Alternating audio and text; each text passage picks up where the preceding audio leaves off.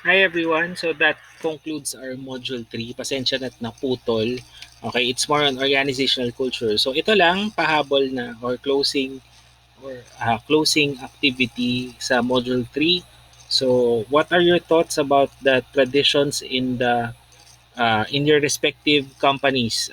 Pag sinabi kong companies or institution, I'm talking about for the working students, ano yung mga long-standing tradition sa company nyo or part ng culture? Can you share?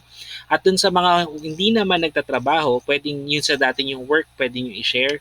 O kaya naman, mga long-standing tradition or culture ng kayo bilang mga estudyante sa previous alma mater ninyo. Maybe yung pinagraduate nyo na senior high school, naalala nyo pa, what are the long-standing traditions na meron sa organization na yon?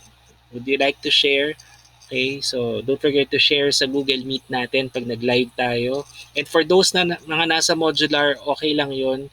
Can still join or we can still consult me from time to time.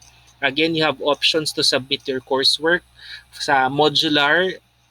Pwedeng online din or pwedeng paper muna, antayin natin na maging okay or may sumundo or may maghatid ng modules ninyo para pagbalik, ang kapalit naman nun yung ipapasa yung activities. So, kapit lang mga modular. At yung mga nagpumili ng online, flexible naman, although I give deadlines naman, pero nagbibigay naman ako ng grace period kasi alam ko namang pandemic. So hindi ko agad kino-close yung mga Google Classroom tsaka yung quizzes. But please do them as soon as you have internet connection kasi ayoko din naman magtrabaho during the holidays. So at kayo din, gusto ko rin kayo pagpahingahin during the uh, October 31 to November 3 na sana wala